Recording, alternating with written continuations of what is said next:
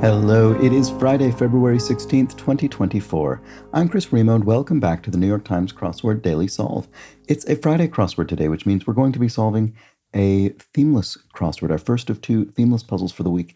I hope it's not too much more difficult than yesterday's puzzle, which gave me quite a challenge. So we'll see if I can improve on that at all. This hopefully not too challenging edition of the Daily Solve has been brought to us by Michael, Aaron Spiller, Lakehouse Bros, and as always, the indomitable Showmaster. So thanks so much to the four of them. They're benefactors of the Daily Solve Patreon campaign. They keep this channel going. They support it day in, day out. For that, I'm very grateful. Thank you to those four. Thanks to everybody who's a patron of the channel. If you'd like to support the channel directly like that, you can head over to patreon.com/dailysolve or click the link in the description field where you'll find all of the bonus videos available to patrons. That includes what will be in the next day, roughly, the next edition of the weekly mini puzzle pseudo speed solve. So do look forward to that if you're a patron. There's, of course, also the official mug for benefactors. Thanks to everybody who backs the channel at any level. And thanks as well if you subscribe on YouTube, if you like the videos, if you comment on them. Those things are all helpful. So thanks for that. And finally, there's the Daily Solve Discord chat server, which can be joined via a description field link. It's a nice, friendly chat community. So consider that as well. All right, let's get on to the crossword. This is a debut construction by Colin Adams, so welcome to him. It's a Friday themeless puzzle, and it was edited, as always, by Will Shorts. Let's start solving. Deciding contest. The finals, maybe? If it's a contest that sort of decides things, let's look at the downs. No, okay, I don't think it's that, because sitarist Shankar is Ravi, so Ravi Shankar, famous sitar player. Okay, so runoff, maybe a deciding contest in an election. You have you need to do a runoff to make a final determination between two final candidates. Let's look at this one. Musical whose pre-show warning about cell phone use says that knights may drag you on stage and impale you. Well, I've never seen this show, but my guess there would be Spam-A-Lot, which is based on Monty Python and the Holy Grail, and so that feels like the sort of thing that would happen in the pre-show warning to that. Let's look at the crosses and see if it works. Compete in a freestyle, say. Freestyle slam poetry, maybe? Or what other kind of freestyle might there be? It could be that. It could be that. Cry after a windfall. I'm rich or something? A windfall. Windfall I think of as being a kind of sudden gain, often financial gain. I'm not sure. Cowboy Bill. I don't know if this is referring to a literal cowboy or a member of a team, the Cowboys. I don't know. Oh, Pecos Bill. That's a Old West name. I couldn't tell you anything about this person, but the name Pecos Bill is certainly associated with the Old West and kind of cowboys in some way. So I wonder if that's the answer. Cry after a windfall. Bit of gear for gliding. For gliding. Gliding through the air or gliding in some other way? Ice skate? Glide over the ice? Original tablet holder. Ark. The Ark of the Covenant could hold stone tablets. I think that's probably the answer. So here we have makeup artist, a liar, someone who makes things up. They make up lies. They're an artist of untruths. Prefix with generian, an octogenarian, someone in their 80s, someone of 80-something years of age. And a storyteller's transition then. I suppose you could say this happened, then that happened. I mean, it's a very straightforward transition in recounting a story. Ron Carter, most recorded jazz bassist in history. Oh, that's interesting. I mean, I'm broadly familiar with Ron Carter. I would not have known him to be the most recorded jazz bassist in history. That's a very interesting fact. Oh, it is something about being rich. Cry after a windfall. We're rich. Not I'm rich, but we're rich. Okay, fair enough. And then here we have to compete in a freestyle. It's not slam. Freestyle swim. Okay, there we go. Yes, you do hear about freestyle swimming as opposed to a particular stroke. All right, coy response to a compliment. are not, maybe. If you sort of, someone says, oh, you're the best, you could say, oh, or you're, yeah, oh, we are not, well, are not. I don't know, it's a bit odd. I'm not crazy about it. Maybe it's something else. I'm not sure. Casually chic updo. A messy bun, if someone kind of does their hair up into a messy bun. I don't know if that's actually a phrase. I'm just trying to imagine what such a thing could actually be generally, but I don't know if that's a particular piece of terminology. Let's just put it in and see if it works. Eldest daughter of Oceanus and mother of Nike. Sky? I don't actually know this. I'm not sure about this. What about this one? Personal struggles personified. Personal struggles personified. So a figure, a kind of anthropomorphized representation of personal struggles. I'm not sure. Wish I could just get this. Let's see. What is it? I don't know. What about this? European airline that was nationalized from 1944 to 2001. Could be Iberia. I mean, that could have been during, the fascist government of Spain.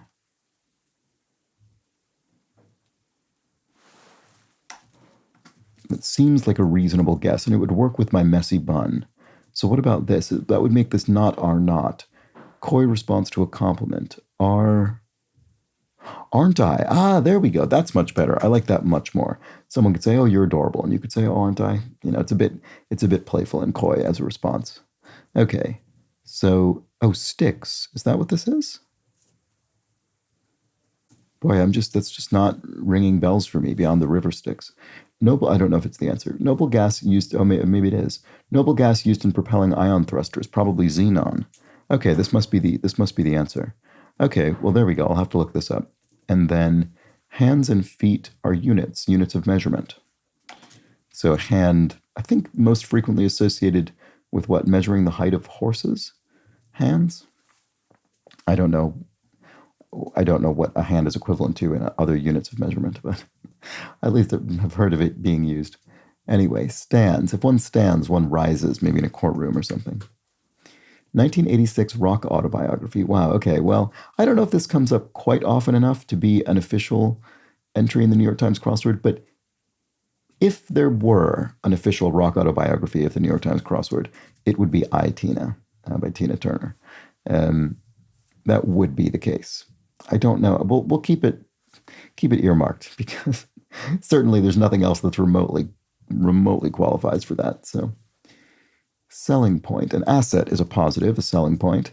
And if one rode the bench, one sat, so you weren't called in to play in the game. And then here we have world's rarest goose, the nene. Okay, I didn't know it was the world's rarest goose. That's interesting. Broadly familiar with it, in part thanks to crosswords, but there we go. Now I know another fact about it. Trance-like state during a monotonous drive. Something hypnosis. I don't know, highway hypnosis or something. I've never heard of this before, but I'm just sort of trying to imagine what it might be. I mean, very frequently terms like this are alliterative to make them sort of catchy and memorable. So highway hypnosis, sounds like a plausible phrase to me. Let's leave it in and see if it works. One's in a waiting room, patients waiting to see a medical professional of some sort. And a cruel ruler, a tyrant, could be that. Checkbox in a survey, something like true or false, or an answer, or not sure. What about this one? Antivenoms, e.g., sera, so plural of serums, or plural of serum, I should say, more accurately, would be sera. There we go. Okay, checkbox in a survey. Oh, other. Yes, okay, so there you go. You could have answer A, B, C, D, or other. Here we have going blank, the going rate, the price of the sort of accepted price for something. And then novelist Leonard Elmore is a crime novelist. Never actually read any Leonard Elmore, but certainly famous crime novelist and has had quite a few novels turned into films. Its tributaries have colorful names. Must be the Nile. Interesting. What are the... Oh, like the Blue Nile, things like that. And then printer brand...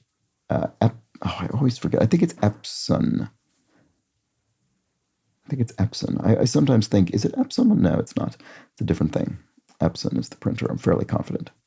Stand-up person. Not quite seeing that. Some kind of pun we can see from the question mark, but I'm not sure what it is. Moving company, question mark.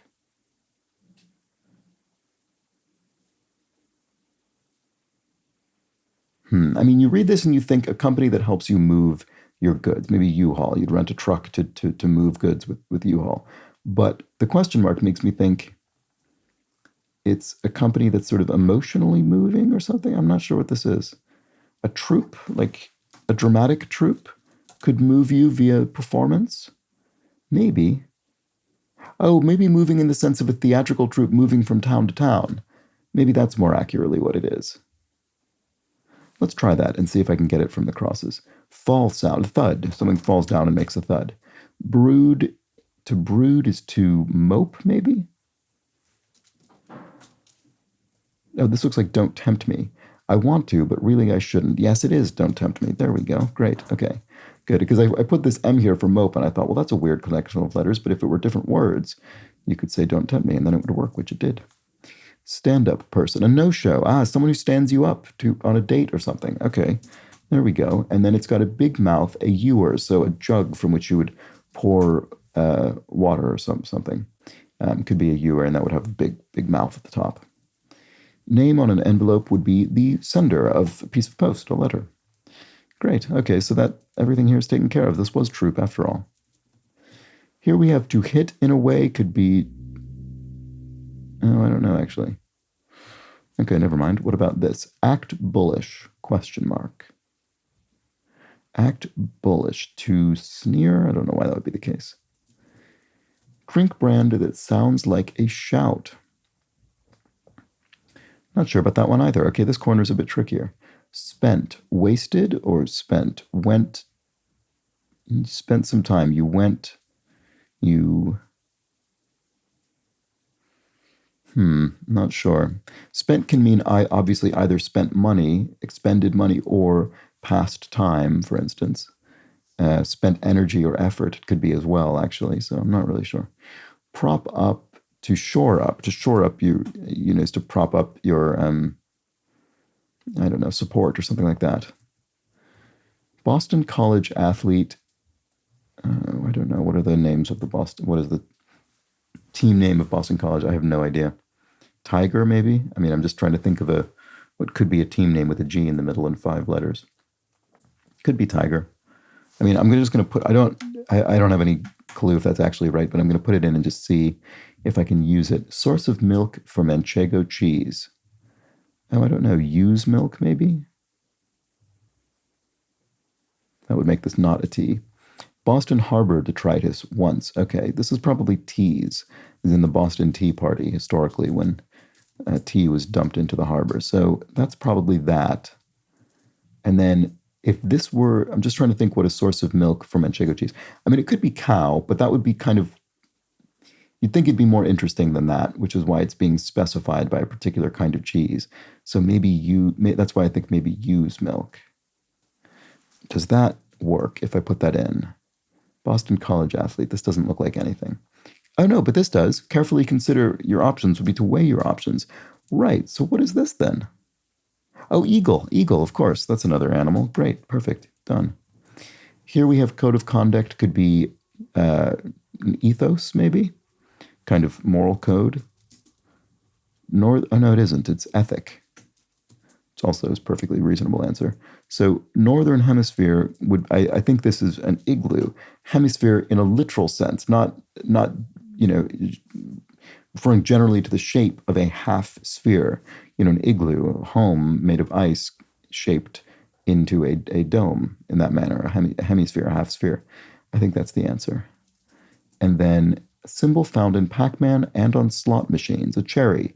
Right, so slot machines, fruit machines, you'll have different kinds of fruit that match. And then in Pac-Man, Fruits, cherries are one of the fruits Pac-Man can eat to, I guess, get points. What happens if you eat cherries in Pac-Man? I think you just get more points.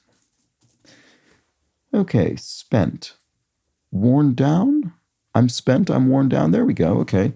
Didn't really think of that meaning. I mean, it's extended from the meaning of expending effort, but if you use spent as an adjective to mean I am totally spent, I am worn down, I have expended all my effort.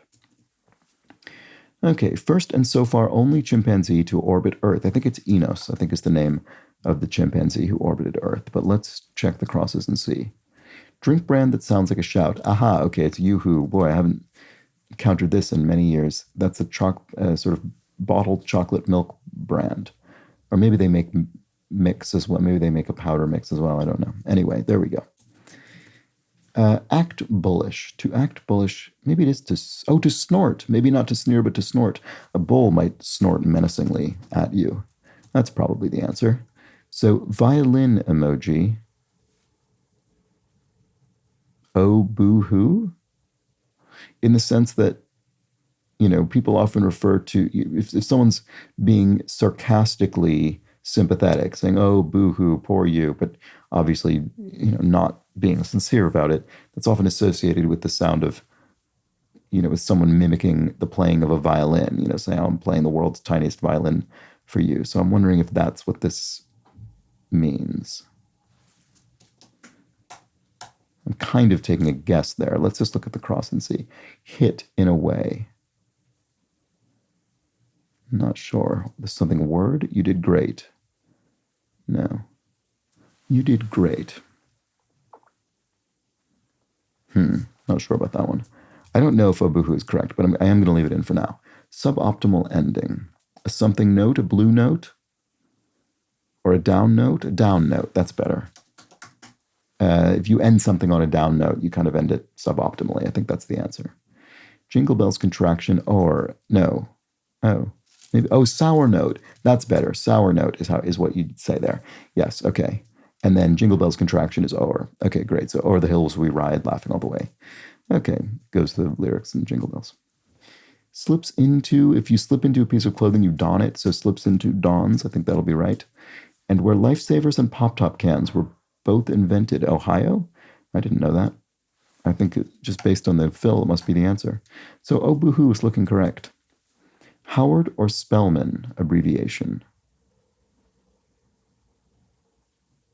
I don't know this. So we're looking for a name, I guess?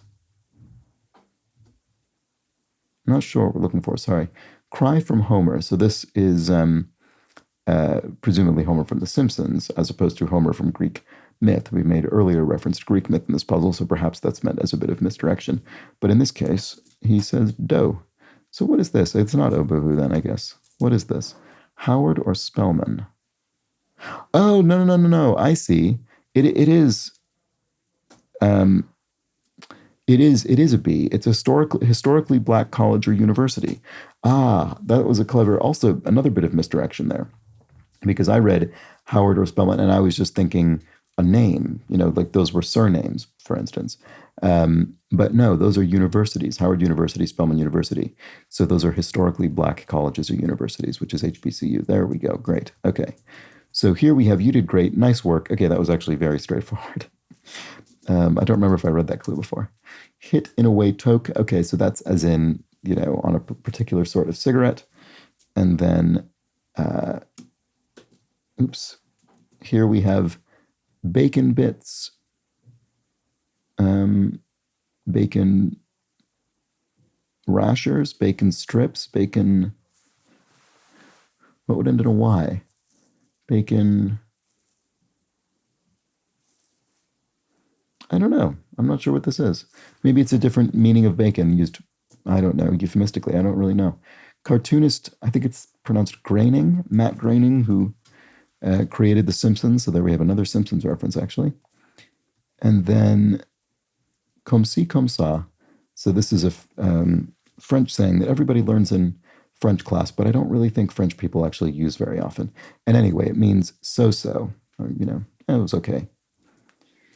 I guess it literally means basically like this, like that, but, it means meh. Bacon bits.